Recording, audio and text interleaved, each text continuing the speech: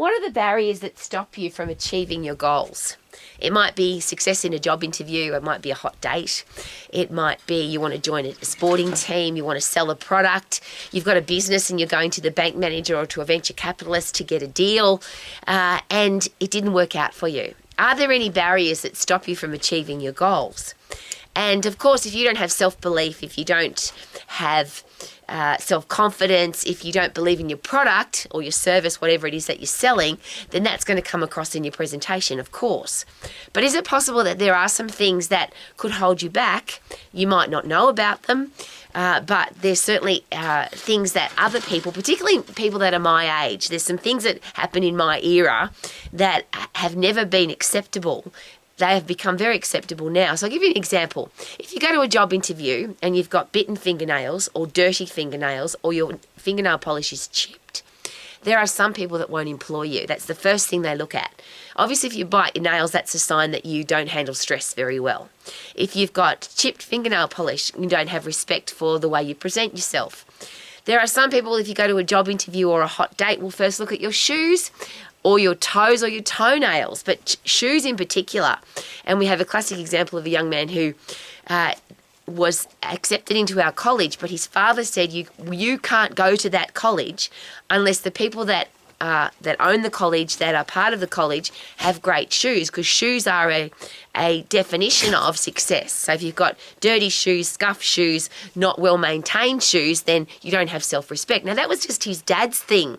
But it was very interesting because he said, thank you for accepting me into the college, but I can now say yes because my father said I have to check out your shoes and you've got really nice shoes. Isn't that interesting?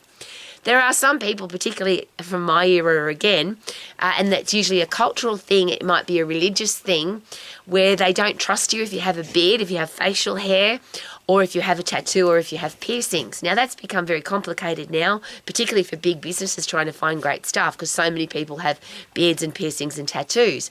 But literally, there are some people that won't date you, won't do business with you, won't employ you if you have a piercing, if you have a tattoo, if you have hair on your face. Now, there are, of course, things, very personal things that you can do. You can exactly do what you want to do. We're all individuals and we can dress the way we want to.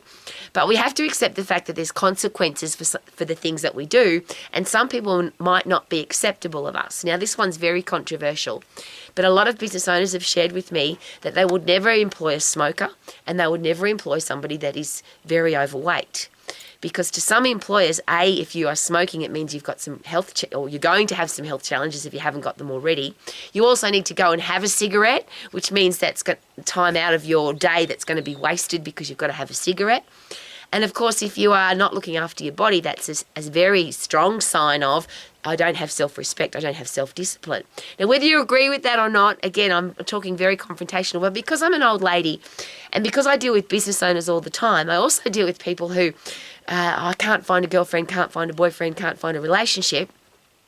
When I ask what their high standards are, they're some of the reasons why they don't have a relationship, because they won't date somebody who smokes, who has a piercing, has a tattoo, has facial hair, has dirty fingernails.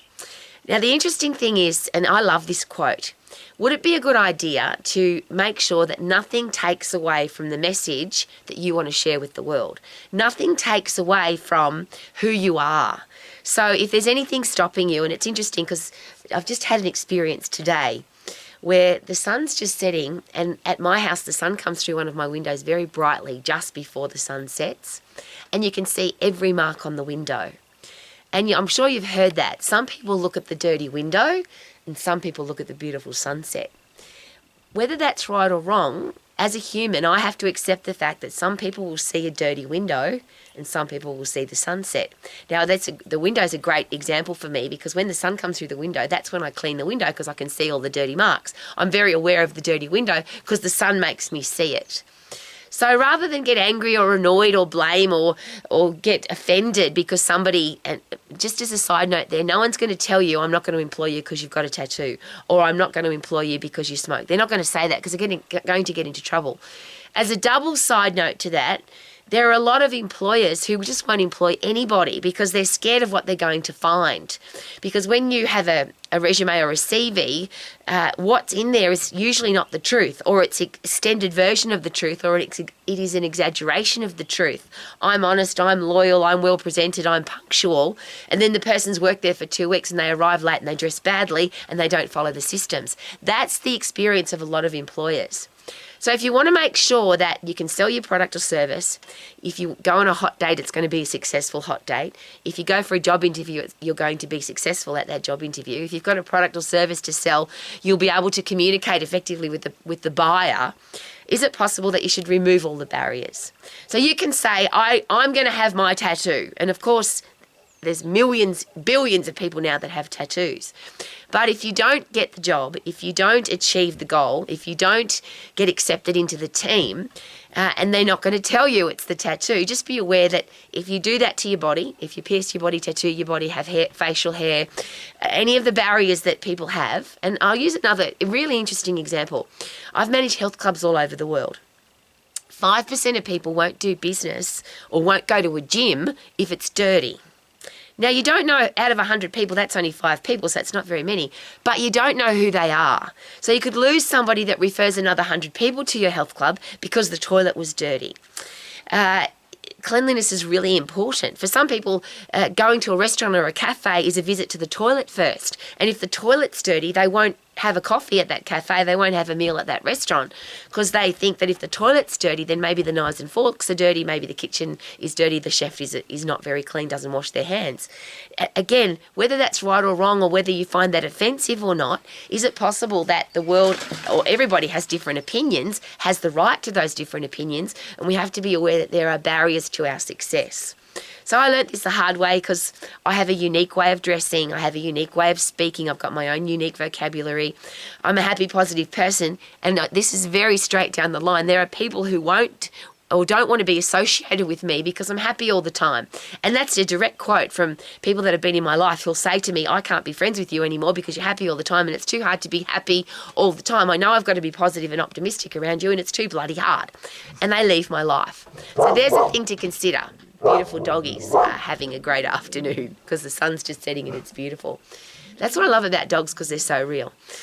Just be aware that whatever you do has a consequence, and we have to accept the consequence. So be who you are, love who you are, and if you're going to lose business or lose a potential future partner, or you're going to not get a job or not get onto the team because of the thing that you've chosen to do, you just have to accept that. So if you want to live your life to the max, do what you love to do, but be aware that there's consequences to everything that we do. Live your life to the max. The doggies are off and look, go kids. Go darlings. Live your life to the max. Check out Judo, she's over on the mountain. Woo!